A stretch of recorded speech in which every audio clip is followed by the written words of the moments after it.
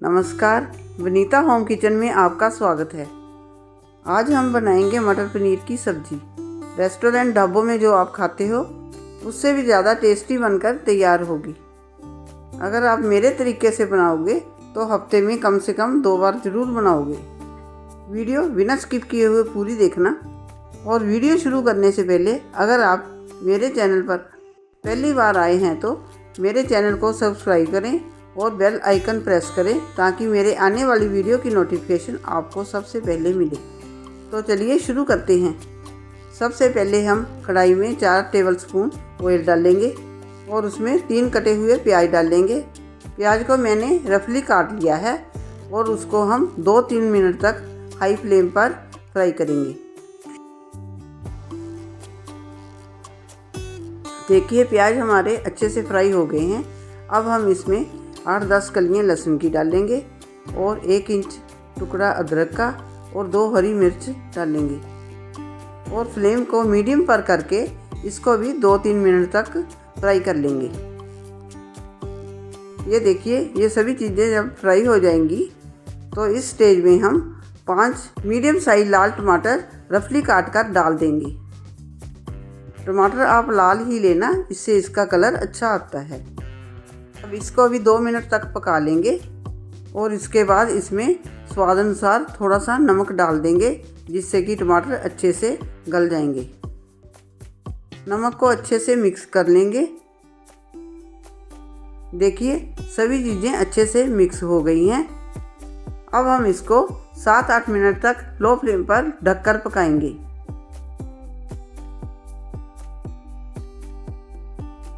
देखिए 7-8 मिनट बाद टमाटर अच्छे से गल गए हैं।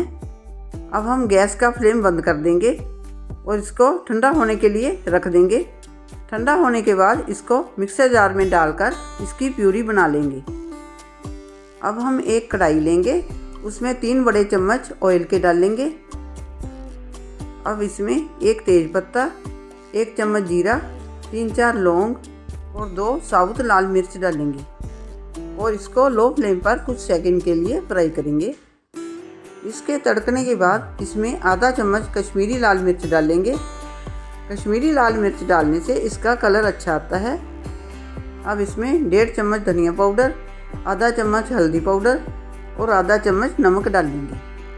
अब इसको अच्छे से मिक्स करेंगे। तो अब हम इसमें जो टमाटर प्याज की प्यूरी हमने बनाई थी वो इसमें डाल देंगे। अब हम प्यूरी को अच्छे से मिक्स करेंगे। अगर मेरे चैनल पर नए आए हैं तो मेरी वीडियो को लाइक करें, शेयर करें और मेरे चैनल को सब्सक्राइब करें और बेल आइकन प्रेस करें ताकि मेरी आने वाली वीडियो की नोटिफिकेशन आपको सबसे पहले मिले। अब इसमें थोड़ा सा पानी डालकर इसको मिक्स करेंगे और इसको तब तक पकाएंगे जब तक कि ये क्वांटिटी में आधा ना रह जाए और तेल सेपरेट ना हो जाए। अब मैं इसको लगातार चलाते हुए हाई फ्लेम पर पकाऊंगी ताकि इसका कुकिंग का प्रोसेसिंग टाइम कम हो जाए और इसका तेल जल्दी सेपरेट हो जाए। देखिए इसमें से तेल सेपरेट हो गया है और ये क्वांटिटी में भी आधा रह गया है। इसका टेक्सचर और कलर भी कितना अच्छा आया है। इस स्टेज में अब हम इसमें 2 चम्मच मलाई के डाल देंगे।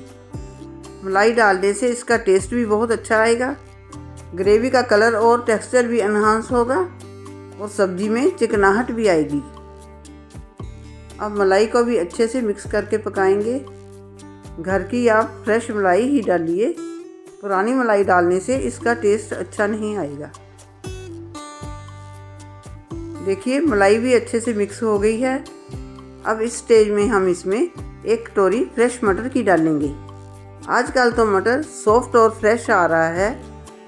आप चाहे तो फ्रोजन मटर भी इस्तेमाल कर सकते हैं या मटर को बॉयल करके सॉफ्ट करके भी डाल सकते हैं। मटर को भी अच्छे से मिक्स करेंगे। मिक्स करने के बाद इसमें 1 कप पानी का ऐड करेंगे। पानी को भी अच्छे से मिक्स करेंगे और इसको ढककर 3-4 मिनट तक लो फ्लेम पर पकाएंगे।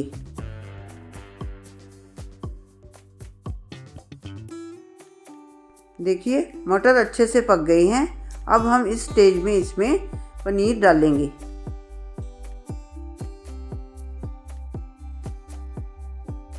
पनीर डालकर इसको 2-3 मिनट तक लो मीडियम फ्लेम पर पकाएंगे।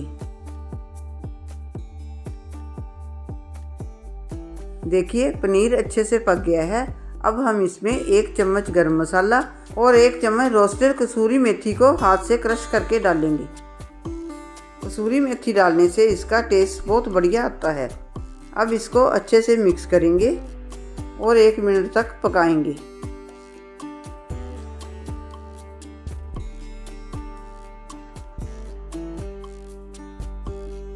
ये देखिए मटर पनीर की सब्ज़ी बनकर तैयार है।